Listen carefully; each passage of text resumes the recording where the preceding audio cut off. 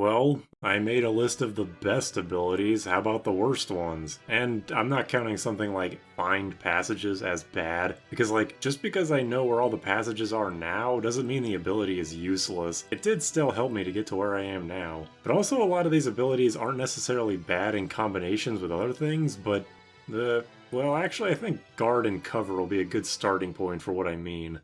So, guard and cover specifically not used on the knight. Being combined together on the knight makes guard and cover a fantastic synergy against physical-oriented bosses, where you can make your party just about invincible once the knight begins as guards and you have 3 critical HP allies. Unfortunately, learning them separately is a bit pointless. Cover is one of the few passives that isn't inherited by the Freelancer in mind, because I'm pretty confident that the game would be unplayable if it wasn't like that. And Guard has the entertaining strategy of Counter Guard, which I used in the level 1 run that accidentally caused a fight against Gilgamesh that lasted half of a real-life day. I don't think I've ever equipped Cover on someone else. There's not much point because that ability slot could be used for so much more.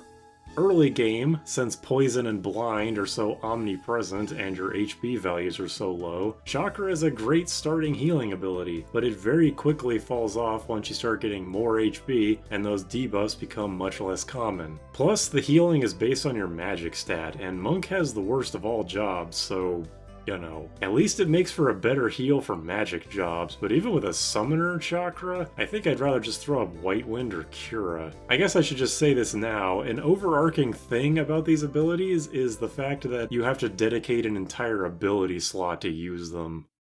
Blue Mage might be an incredible job, but only one of its abilities is even worth worrying about, that being blue magic itself. Check starts that unfortunate trend of abilities that are just a spell with a dedicated slot, but Scan being the mastery ability seems like such a throwaway. Like, well, we didn't want you to master Blue Mage in 100 ABP, so...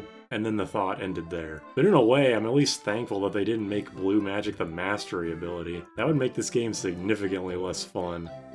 You've played a Final Fantasy game before, right? You know how this goes. Great in the early game, falls off starting at the 1/3 to 1/2 mark, slowly gets worse from there. At least it has Raise, Protect, and Sleep. Those are good for the whole game. I'm just gonna lump all the random thing happens commands here, although their actual usefulness varies dramatically, especially depending on the situation. Call can be good with the right summon setup, although the forced Ifrit hampers it somewhat. I wish that every summon in this game was gotten as an item that you could use, because it's totally arbitrary that, as one example, you fight Shiva and Rama as optional fights in World 1, but Rama is an item and Shiva isn't. Same as Golem and Carbuncle in World 2. Gaia gets some great moves like Wind Cutter and Cave In, but is held back by the insta-kills and gravity spells that fail against heavy enemies. Animals is basically carried by Nightingale, a better than Cura healing move that also cures blind and poison, and the rest of the effects aren't Nightingale, so they don't matter. Dance, dance, dance, dance, dance, dance.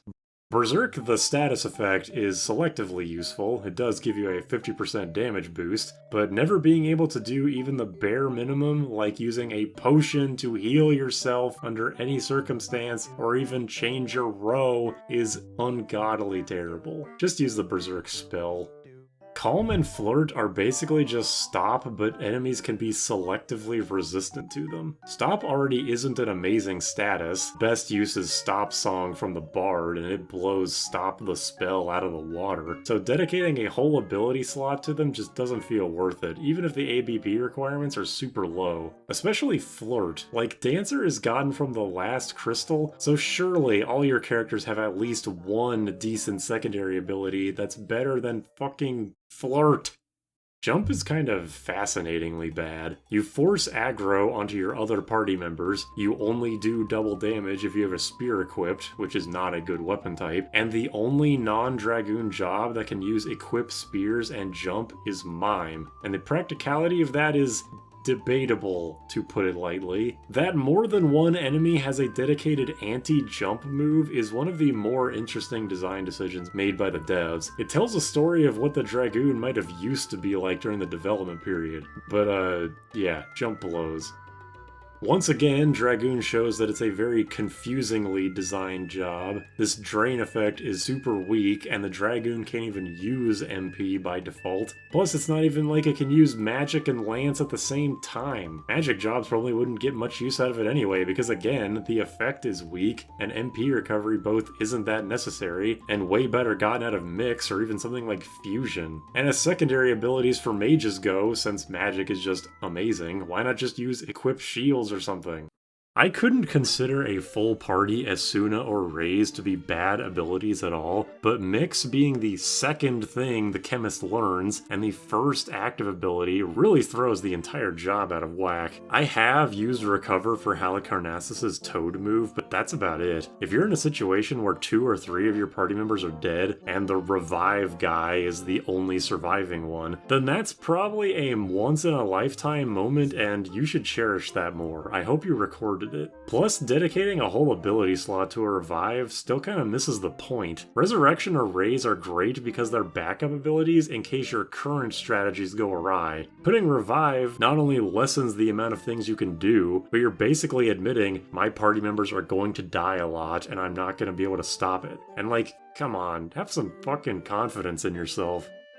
Let's reach over into the advanced content again, for the hell of it. Long Reach is another not that bad in isolation ability, but again, having to dedicate a whole slot for it, not being inherited by the Freelancer or Mime, and not even being innate to the Gladiator itself makes the use cases very slim. Although if it was inherited by Freelancer, it would make the rapid fire metagame even more overpowered, so it's probably for the best that they didn't do it, but still, I don't know very many times I would use it. I will stop ranting about the Oracle eventually, but not now. Out of Condemn's 8 outcomes, 5 of them are pointless because the ability only works on non-heavy targets, so the instant death one is always better, and the remaining 2 are worse versions of Asuna or even just throwing a high potion to someone. Extremely lame. Predict is just awful. One of the worst actives in the game, no question. The setup time is obnoxiously long to not kill yourself, and the effects themselves are not worth setting up for. Extremely bad, and if you want a more detailed description of the Oracle in general, head to this video linked in the description. Being undead isn't completely useless because it makes you immune to instant death and drain, but 99% of people aren't going to be abusing that, and probably can't abuse it except for a single-digit amount of enemies, and it's way more convenient to be able to cast Curaga on your party without thinking about it. White Wind still works at least, or putting on a Flame Ring and nuking them with Faraga, but yeah. But just like Berserk, dedicating an entire ability slot just to a status effect is debatable in terms of its usefulness. There's some stinker abilities in this game, huh? I will say, I do think it's a good thing that not every ability in this game is equally good. You do need some bad stuff in the game to create a more dynamic system. Who knows what would happen if they made Dragoon an actually interesting job?